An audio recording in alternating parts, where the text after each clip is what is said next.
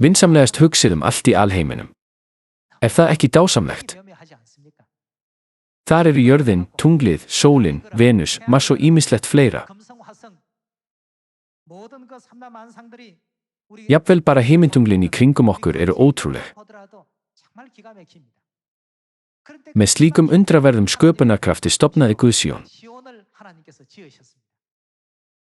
Þótt þetta sé lítið hlið og mjór vegur, þá hefur Guð búið allt undir svo að þeir sem leita leiðarinnar til eilífs lífs og átta sig á gildi þess geti komist þangað.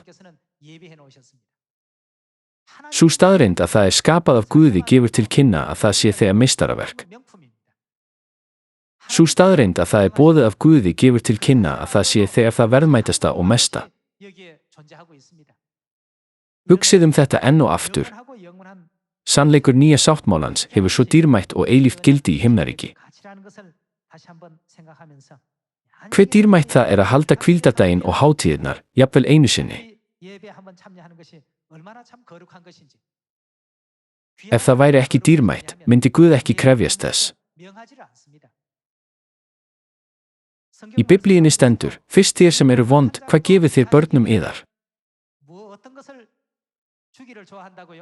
Þér gefið börnum yðar góðar gjafir. Hve miklu fremur mun þá Faðirinn á himnum gefa börnum sínum góðar gjafir? Þar sagði að þótt einhver sé vondur, viti hann að gefa börnum sínum góðar gjafir. Hinn himneski Faðir og hinn himneska móðir fórnuðu lífi fyrir okkur. Guð hikaði ekki við að þjást á krossinum fyrir okkur. Þótt hann væri Guð skaparinn, þoldi hann að vera vanvirtur af sköpunarverki sínu. Guð elskar okkur svo mikið. Ritað er, fyrst þér sem eru vond hafi vit á að gefa börnum yðar góðar gjafir, hve miklu fremur mun þá Faðir yðar á himnum gefa þeim góðar gjafir sem biðja hann. Er þetta ekki mjög þýðingarmikil skilaboð? Hvað gáfu Faðir og móðir okkur þá? Þeir veittu okkur nýja sáttmálan, hvíldardaginn, páskana og hátíðirnar. Við skulum skoða fyrra Pétursbréf, 1. kafla. Við skulum líta á fyrra Pétursbréf, 1. kafla, vers 7.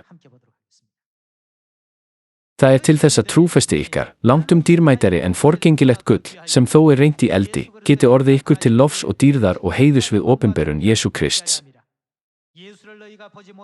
Þið hafið ekki séð hann en elskið hann þó.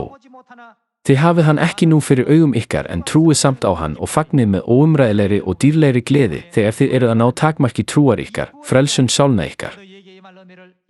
Þessa frelsun könnuðu spámennirnir og rannsökuðu vandlega þegar þeir töluðu þá náð sem ykkur myndi hlotnast. Þeir rannsökuðu til hvers eða hvílíks tíma andi Krists, sem í þeim bjó, benti þá hann vitnaði fyrir fram píslir Krists og dýrðina þar á eftir. En þeim var opinberað að eigi væri það fyrir sjálfa þá heldur fyrir ykkur. Allt var gert fyrir okkur. Að þeir þjónuðu að þessu sem ykkur nú kunngjört af þeim sem boðuðu ykkur fagnaðarerindið í heilugum anda sem sendur frá himni. Inn í þetta fýsir. Hvert fýsir að skyggnast inn í þetta? Jafnvel englana að skyggnast. Hvað fagnaðarerindið andlega? Þetta nýji sáttmálinn sem Guð boðaði okkur. Hvað þrá englarnir jafnvel að gera? Þeir þrá að skoða það nánar.